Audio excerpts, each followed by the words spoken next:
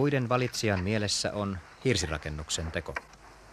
Siihen tarvitaan suoria ja mahdollisimman vähäoksaisia mäntyjä.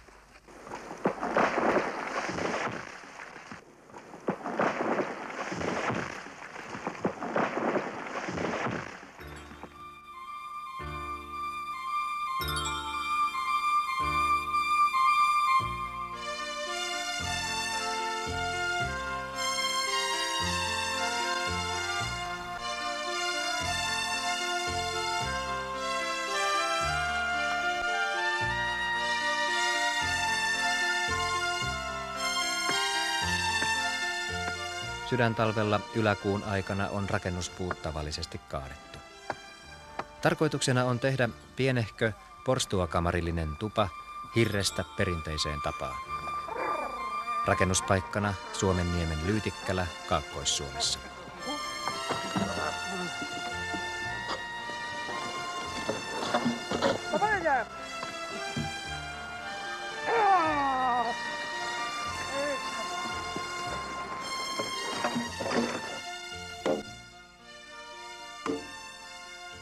Jos on semmoinen tyvekäs puu, niin se on raskas piiluta. Jos siellä on 3 tuumaa sitä pois hakattavata puuta, niin silloin on hyvänä apuna tavallisella kirveellä hakata siihen kohtisuorat poikkipykälät siihen puuhun ja kirveellä lohkoo nämä paksut kappaleet pois. Siihen jätetään reilu 4 tuuman puolelleen sitä ylimääräistä paksuutta, mikä sitten seinää valmiiksi piiluttaessa lähtee siitä pois. Veistämällä tukeista tehdään hirsiä, joiden annetaan kuivua kevätahvassa. Tasaisen kuivumisen edistämiseksi veistämätön osa vuollaan puhtaaksi.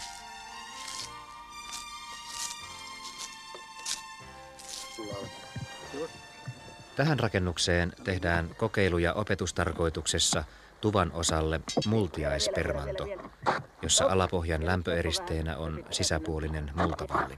Rakentajina ovat kirvesmiehet Auvo ja Ismo Kokkonen, Raimo Laamo ja Seppo Kauppinen. Lattian aluksen tuuletuskanavia varten on kiveykseen jätetty aukot, kissankolot. No nyt mitataan ristiin, näin päin tää nyt on. Miten liian vino? Sinne ulkonurkkamen siitä ristikosta. Ristimittauksella tarkistetaan, että kulmat tulevat suorat. Hirsirakennuksessa jokaisen hirren alapinta veistetään alemman seinähirren mukaiseksi ja alin hirsi kiveyksen mukaiseksi. Nurkan tiiviyttä parantaa lämpölovi, jonka täytteeksi tulee tervarive.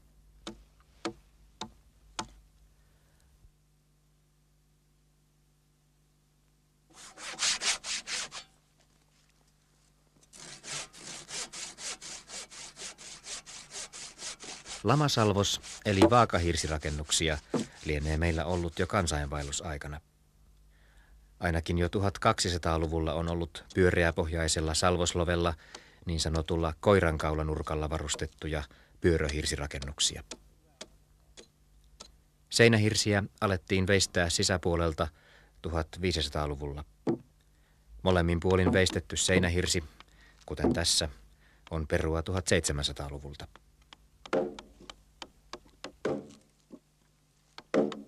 Hirsien väliin tulee tiivisteeksi sammalta, nurkkien, ovien ja ikkunoiden saumoihin tervarive.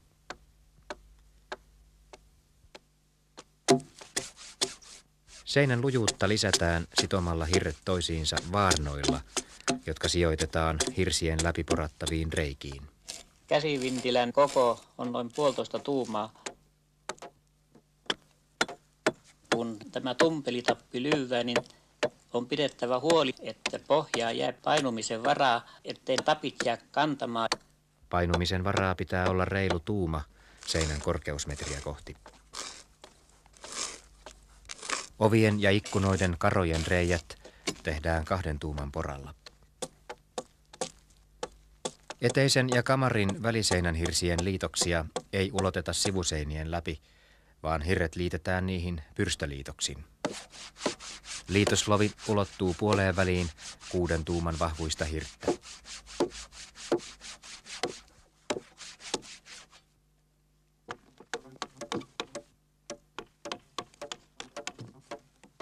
Tähän rakennukseen tehtävällä pitkällä nurkalla on vastineensa 2 tämän talon rakennuksessa.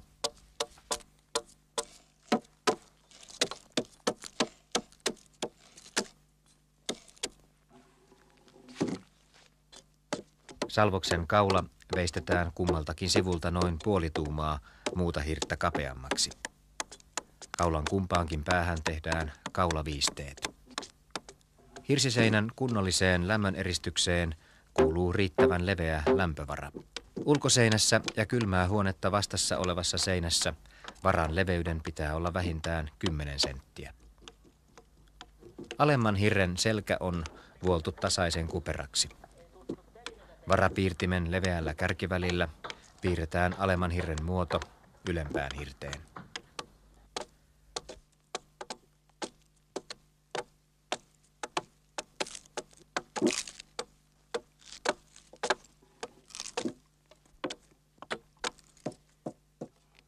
Työstettävä hirsi sidotaan paikoilleen seinämiehen välttämättömien apuvälineiden hollihakojen eli hirsihakojen avulla. Varaus veistetään siten, että kouru on suoralappeinen.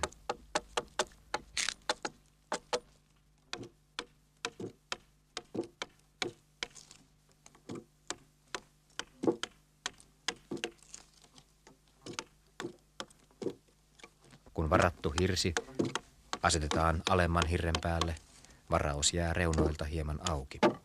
Sivuilta avoin varaus helpottaa hirsiseinän tiiviyttä lisäävän riveyksen panoa hirrenrakoihin. Seinissä on päästy ikkuna-aukkojen alareunan korkeudelle. Tässä rakennuksessa oven ja ikkunan yläreunat tulevat samalle korkeudelle. Ikkunan paikkaa lähdetään mittaamaan ovelta.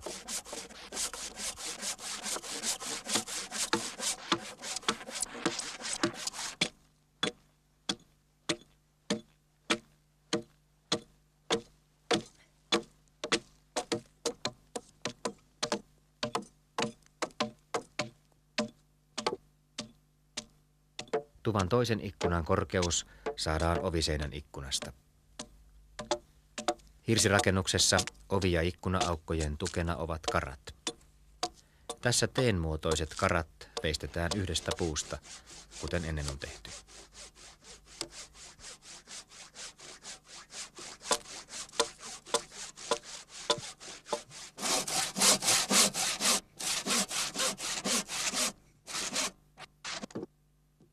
Seinähirsiksi on valittu suorasyiset täyspitkät puut.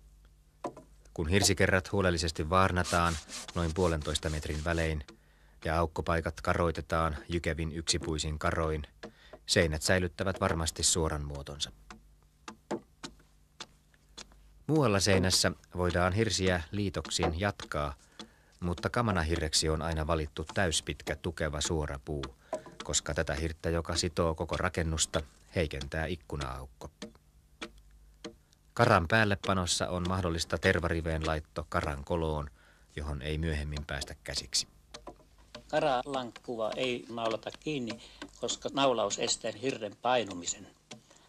Ikkuna-aukon on oltava niin suuri, että kamanahirren ja ikkunan karmin väliin jää 2 tuuman suuruinen laskeutumisvara.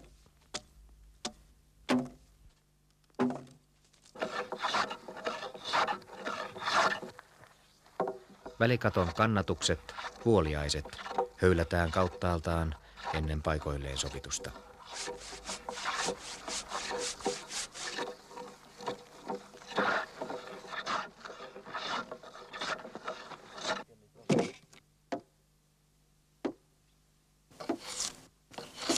Nuo kantit siinä vetäminen puolupuukolla ja lopun oikaisun höylä.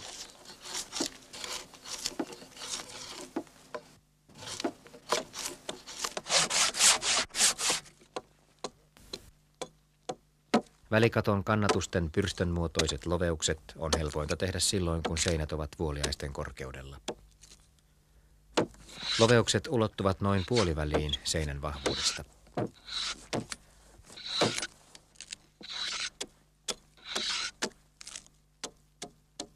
Vuoliaisen päähän veistetään kannatuskoloon tiiviisti menevä lohenpyrstö.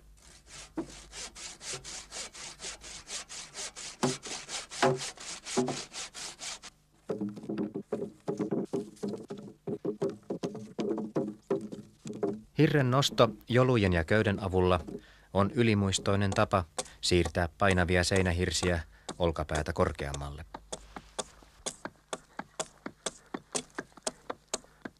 Tasakerran yläpuolelle tuleviin hirsiin tehdään myös varaus, vaikka seinän ei siellä tarvitse olla lämmönpitävä. Useissa rakennuksissa on se päätykolmiokin tehty hirrestä. Sitä ennen on tuumattava katon jyrkkyys.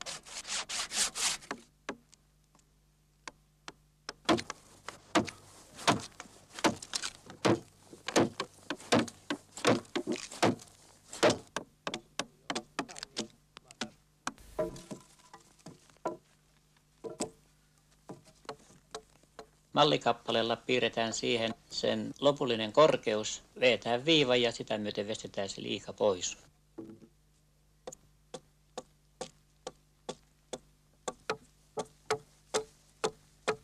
Kun ei täyspitkää puuta sattunut olemaan, niin harjaors on jatkettava hakaliitoksella. Kattotuolien rakenne on mahdollisimman yksinkertainen. Parrumaisten kattotuolien kannatuksina ovat harjahirsi, sivuseinät ja 2 kannatusvuoliaista. Sovituksen jälkeen kattotuolit kiinnitetään nauloilla harjahirteen, vuoliaisiin ja seiniin.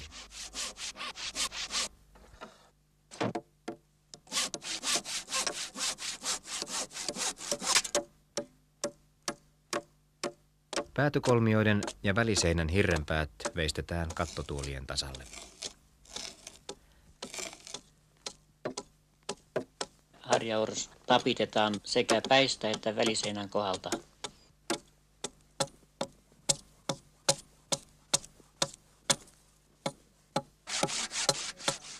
Sekä sisä- että ulkoseinien puhtaaksi veisto pitää vesikaton ja välikaton lähellä tehdä ennen katonpanoa. Hirsiseinän puhtaaksi veisto on vaikeimpia kirvesmiehen töitä. Joka sen osaa, saa yleensä tehdä koko viimeistelytyön.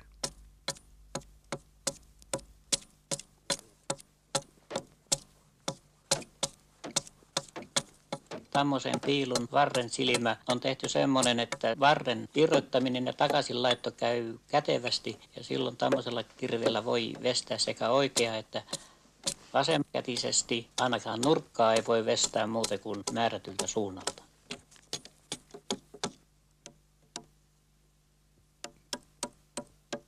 Kaksituolien päihin lyövään tuulilauta ja sen päälle tippalauta, joka on noin 2 senttiä tuulilauvasta ulkona. Siitä lähtien tulee räystäitten kohdalla umpilauotus ja ylöspäin harvalauotus.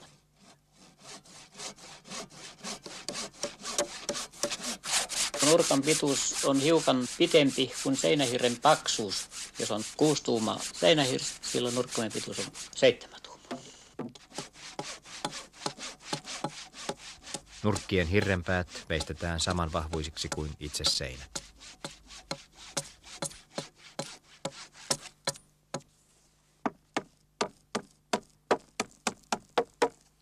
Pärekaton teon alussa tarvitaan päreiden linjalaudan alle kannatuspäreet. Linjalauta asetetaan noin 3 senttiä tippalauvasta pitemmälle. Se on vesinokka sekin.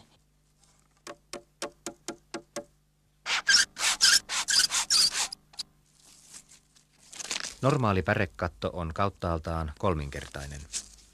Ensimmäisen kerroksen päreet ovat lyhyitä, 1/3 päreen mittaisia. Päreitä laittaessa on oltava tarkkana, että ne tulevat myöt sukkaan. 3. pärekerros tulee jo täysimittaisista päreistä. Päreiden pituus on noin 17 tuumaa, pärevarvin pituus 5 tuumaa.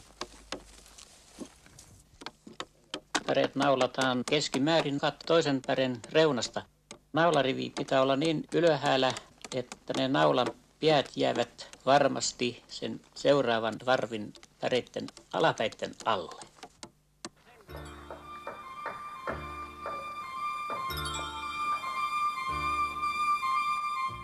Kunnollisista päreistä hyvin tehty katto voi kestää 4. vuosisadan. Harjavarviin käyvät taas lyhyet päreet.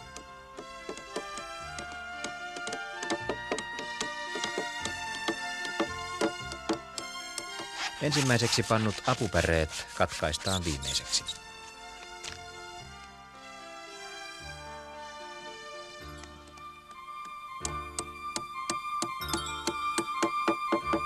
Pärekaton reunan suojaksi naulataan päätyihin reunalaudat ja harjalle harjalaudat. Semmoinen yleinen tapa on ollut, että viimeistään siinä vaiheessa, kun on harjalauta löyty paikalleen, niin alkaa harjannostajaisiin vietto.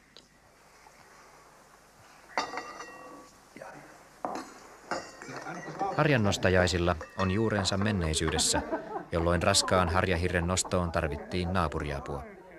Auttajia palkittiin työn jälkeen kestityksellä. No, tätä sua.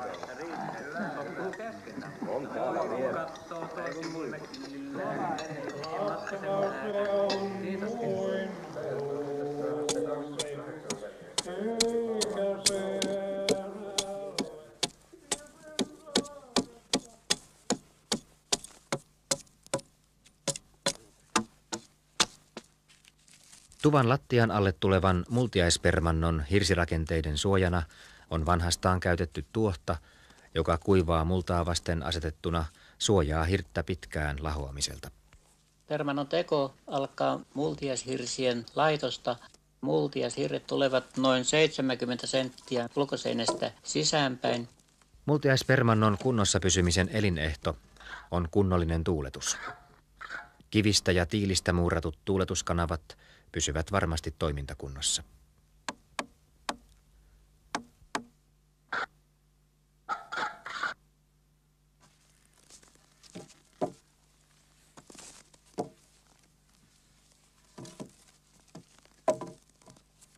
Multiaishirsikehikon nurkissa ovat rakennetta lujittavat salvokset.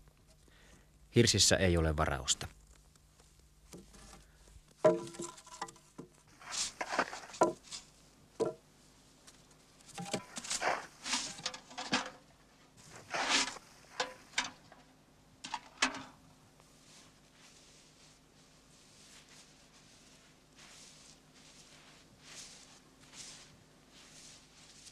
Multiaishirsiin osittain tukeutuvat lattiavasat ovat rakennuksen poikittaissuuntaiset. Seinän ja lähinnä sitä olevan vasan väliin jää noin 5 tuuman levyinen täyttöaukko, jonka katteeksi tulee niin sanottu multiaislankku, joita on tuvan jokaisen 4 seinän vierellä. Multiaislankkujen aukoista voidaan täyttää mahdollisia multapohjaan tulleita vuotoja ja laskeumia. Multiaisten keskelle jää syvennys, jota on tämän tyyppisissä rakennuksissa voitu käyttää viileänä säilytystilana. Tuvan lattiaan tulee sille kohdalle luukku, josta päästään lattian alle.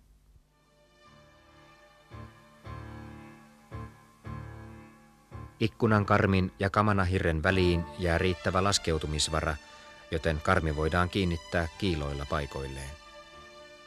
Seinän laskeutumisen vuoksi karmia ei voi naulata seinähirsiin, vaan korkeintaan ikkuna-aukon sivukaroihin.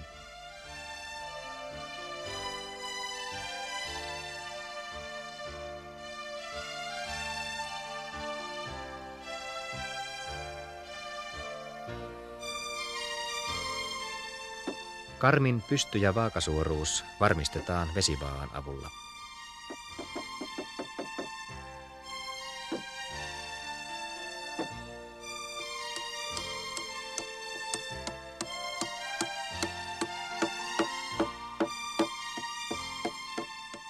Hyväksytty asento varmistetaan nauloin.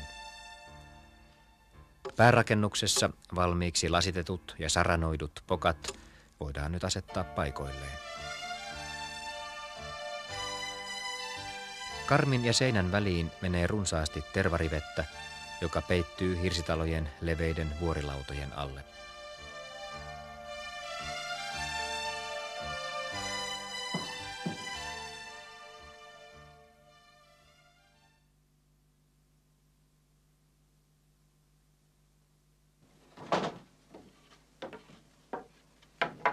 Lattian laitto alkaa multiaislankkujen panosta.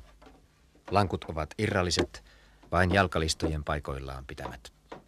Niiden sisäpuolelle jäävät lattialankut muodostavat toisiinsa sidottuina kiinteän lattian. Lattiatarpeet ovat tuppeen sahattuja eli kanttaamattomia lankkuja, joissa tyvi on latvaa leveämpi. Ne pannaan veistettyinä ja höylättyinä lattiaan vuorotellen, vuoroin tyvi, vuoroin latvapuoli. Lattialankut on sahattu kuivasta suorasyisestä honkapuusta, jotta käytettävissä olevin keinoin vältettäisiin lankkujen kiertyminen.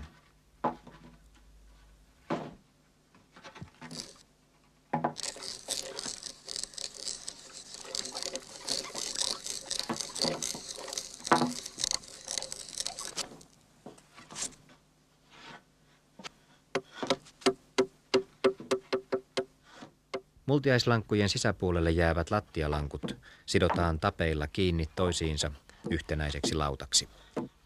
Leveästä lankusta tehty lattia aikaa myöten kuivuu. Sillä sitä ei nyt tehdä, sitä ei ole minkään vertaa naulattu. Tiheä tapitus lujittaa lattiaa ja estää osaltaan lankkujen kiertymistä. Lämmitettävässä huoneessa lattialankut kuivuvat edelleen. Kuivunutta lattiaa vuoden parin päästä tiukattaessa siihen tavallisesti menee täytteeksi kapea lisälankku. Kiristäminen on helppo tehdä, jos lattiaa ei ole alun perin naulattu kiinni. Multiaispermannon jalkalistojen pitää olla tavallista tukevammat, koska niiden avulla sidotaan multiaislankut paikoilleen. Pienet epätasaisuudet poistetaan viimeistelyssä härkähöylällä.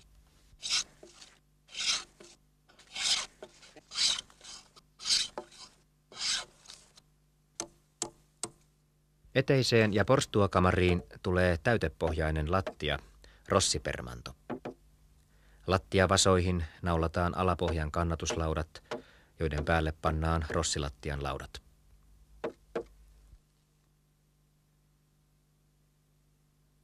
Täytteen alla on eristeenä tervapahvi, täytteenä kuiva sahanpuru.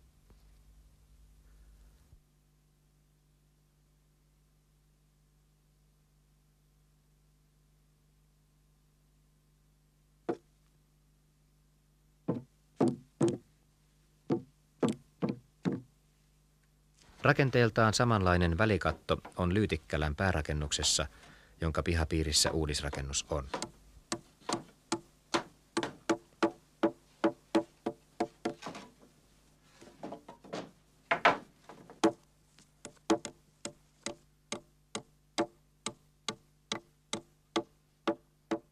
Päällä siellä on levitetty tervapaperi ja lämpöeristeenä sahan purua ja kutterilastua.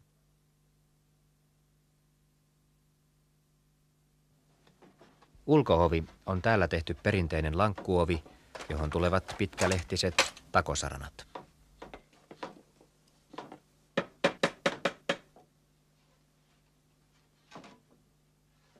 Perinteistä mallia olevat väliovet ja ikkunat on teetetty tätä rakennusta varten lähimmällä puusepällä.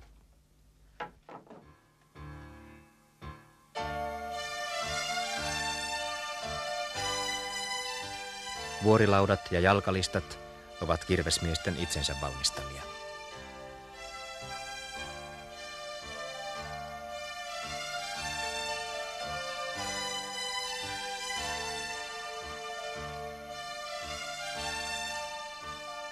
Uuden hirsirakennuksen teko perinteisenä kirvestyönä on ollut tekijöitään inspiroiva tehtävä ja samalla erinomainen tilaisuus kokeilla ja verestää kirvesmiestaitoa monilla jo eilispäivään kuuluvilla välineillä. Näiden töiden kuvallisesta tallentamisesta voivat hyötyä muutkin.